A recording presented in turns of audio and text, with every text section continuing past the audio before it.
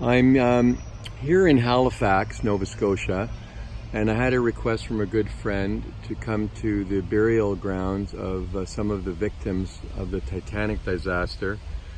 And of course, there's lots of information here.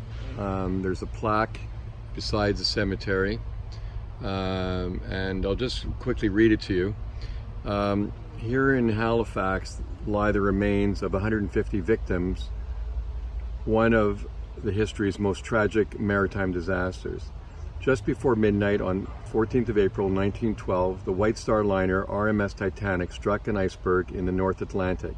The majestic ship sank in less than 3 hours, with the loss of close to 1,500 lives. In the aftermath of the sinking, White Star chartered 3 ships from Halifax and 1 from St. John's to search for the dead. Of the 328 recovered, many were buried at sea. The remaining bodies were returned to Halifax, where some were claimed by their families and the rest interred at the Fairview Lawn, Mount Olivet, and Baron de Hirsch cemeteries. So right now we're actually in the Fairview Lawn Cemetery, and the majority of the bodies that were recovered are here. There's also another plaque that just talks about just more of the same, and I've kind of read through it, so I'm going to kind of show you the some of the gravestones and some of the significances of those. One thing that I did find out is that the shape of the plot that was purchased by the White Star Line is actually in the shape of a bow, and we can see it here. So if we look at the center, you can see how the it's wide in the where it's close to me, and it points towards the front. So it's kind of like the shape of a bow, and people don't know whether that was done on purpose or just a coincidence.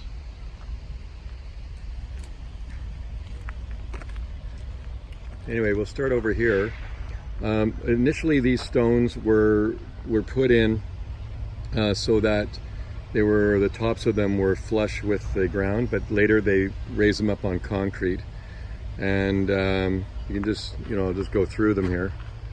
And the numbers at the bottom refer to the body that was found, in this case the 250th body, and this one here was the one that was found, the 149th. So that's what those numbers mean. Of course, they all died on the same day. Some of the stones are a little bit bigger, and these are from usually staff members of the Titanic, and were paid for by the White Star Line. And you can see that they're much larger, and I guess the White Star Line felt that the staff deserved that were found that perished a little bit nicer gravestone. Here's one that the owner of the White Star Line made sure that this was put in. This is in memory of Ernest Edward Samuel Freeman, and the owner wanted to make sure that he remained at his post of duty, seeking to save others regardless of his own life, and went down with the ship. So any of these larger stones are staff members.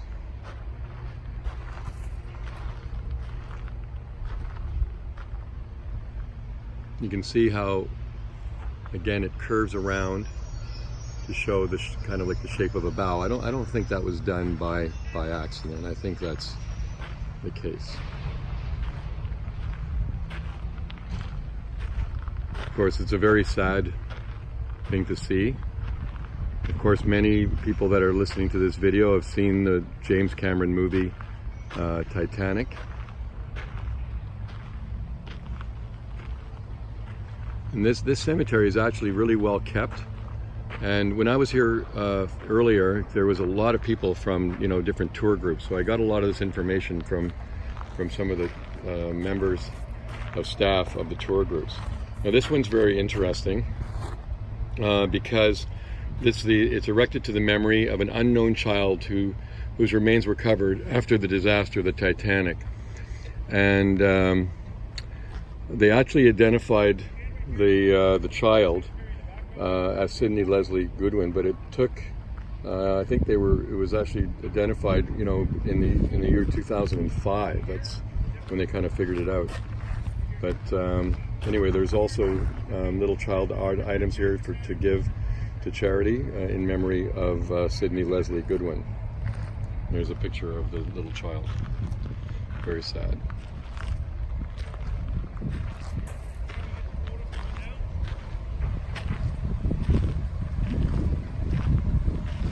Now you can see that some of these stones don't have a name. There was nothing to identify. There was no marks on the body to determine, you know, who the person was. So it's just an unnamed headstone. There's quite a few like that. Of course, a lot of people that passed away were, you know, in third class, and they may not have had papers, or, you know, whatever reason that there was no name. In some cases, you do have a name. This is Alan Vincent Franklin. That was discovered. That identification was discovered afterwards, after they were buried.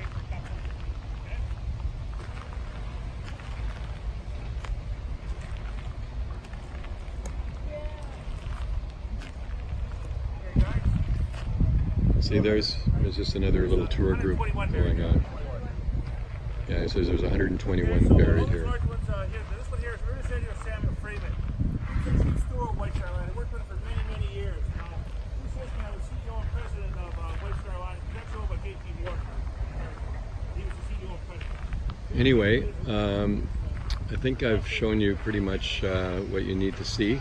Obviously, there's a lot more information online, and if you want to get more information on this terrible disaster that a lot of people know about, of course, most people know about it, and it's a very popular tourist attraction here in Halifax. So with that, I hope you like this video, and thank you for your listening.